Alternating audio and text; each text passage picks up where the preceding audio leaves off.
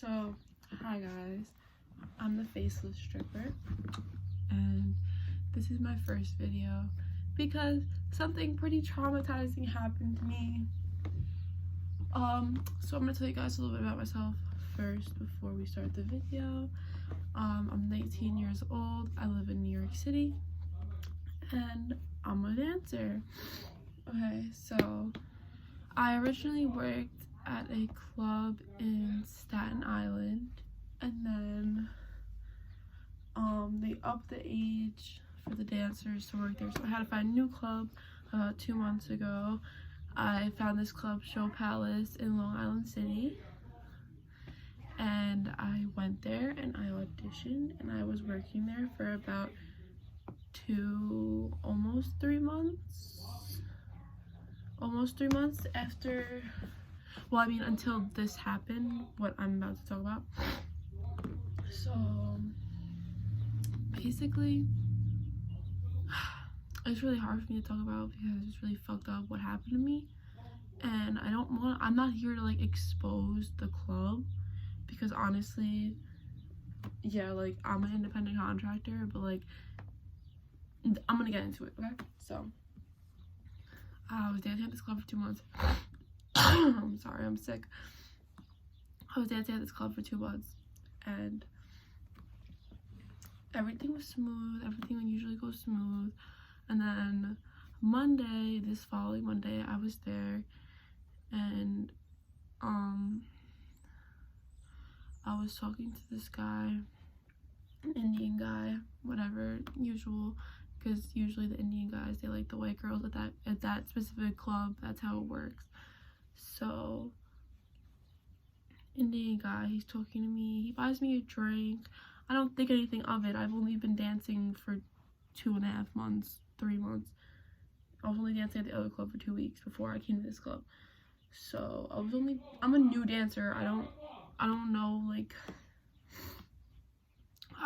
I usually tell them I don't want to drink for my own safety, but the girl was telling me take the drink because whatever, the club gets money out of it, whatever. I took the drink, whatever. So I took the drink. I was sitting there drinking my drink, and then the guy was like, oh, like, do you want to go smoke a cigarette with me, blah blah blah. Went and I smoked a cigarette with him, and then I started feeling like I was kind of like high, like, not like high like on weed, like I felt like I was like either gonna like pass out, or like I just felt like I was like dehydrated. Like I felt like really weird, but like nothing, like, because I have low iron in my blood already, so I kind of thought I was having like a little like episode there, like where like I would stand up too quick and like I would get a little lightheaded. So I thought that was what was going on. So I kind of just sat down, had a cup of water after, and I was just like chilling, sitting around. Nothing was like going bad. Like I was fine. I just didn't feel that good. So the guy, he asked me, he was like, do you want to go do a private room? I was like, yeah, why not? Let's go do the private room. We do the private room, and in the private room, I was like, I still felt like really weird, and like I felt all like fucked up, and like I felt like I got drugged. So this is where this comes into play. I felt like, yes, I probably got drugged by whoever brought the drink over to me, like, because the bartender didn't bring it over. One of the guy's friends brought the drinks over, so whoever brought it over, I felt like something might have happened. So I started asking the guy, I was like, what? I was like, did you put something in my drink in the private room? And he got all aggressive, and he was like, you're accusing me of that, I didn't do that, I don't know how this works, blah blah blah.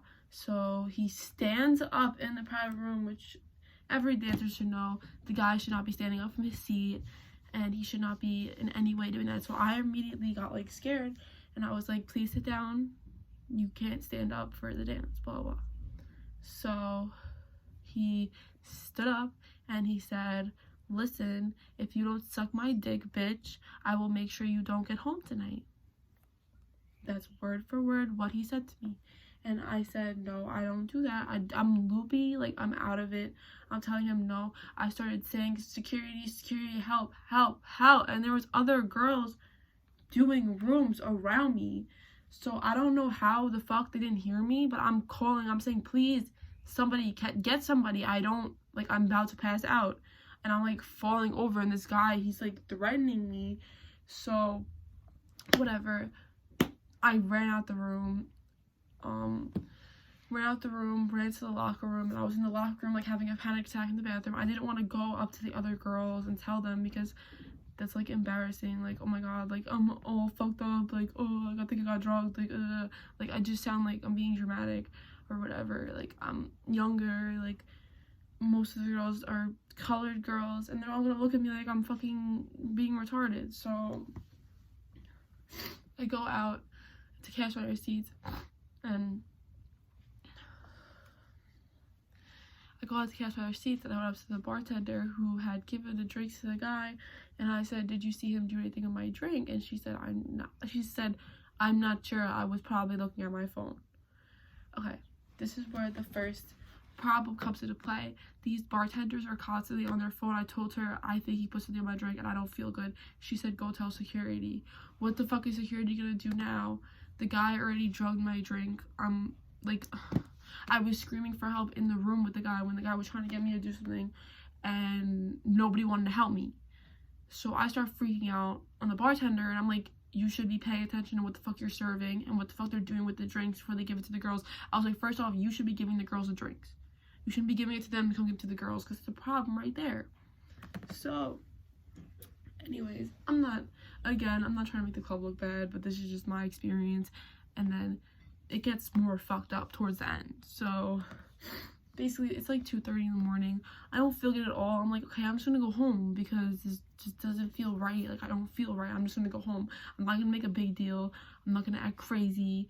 I'm just gonna go home because the fuck this. Like, so I go home, come back the following day, and I went up to the front desk to sign in, I have my fingerprint and everything, and it's saying that I'm suspended, I'm invalid, I'm suspended.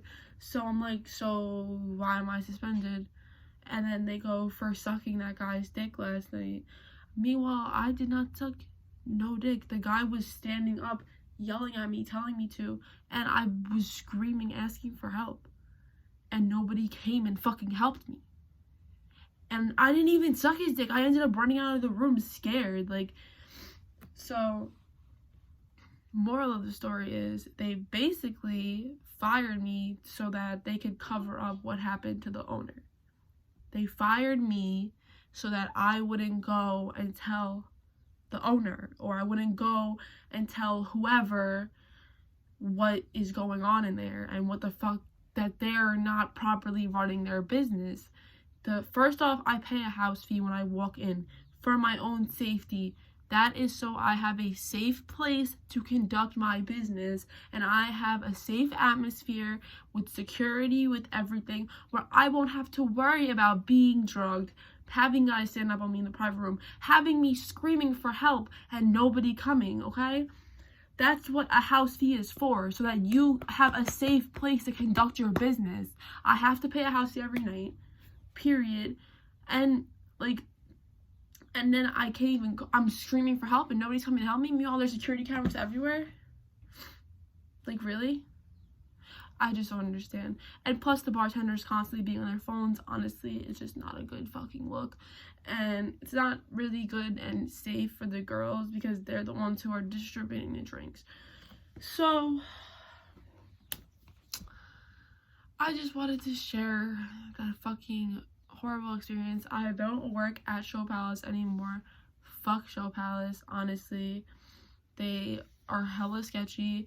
Supposedly, there's girls that have walked in on other girls having sex in the private rooms, and absolutely nobody says anything. But then when I tell a bartender that I think I got drugged, and the dude stood up on me in the private room and I was screaming for help and nobody's coming to help me, and then all of a sudden I got fired the next day so that I couldn't go complain to the actual owner.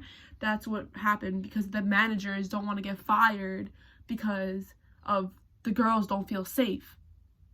I'm not going to pay a house fee if I don't even feel safe in here. I'm not even going to work here if I don't feel safe in here. So, I'm taking myself elsewhere. Now I'm gonna be at Sapphire in NYC.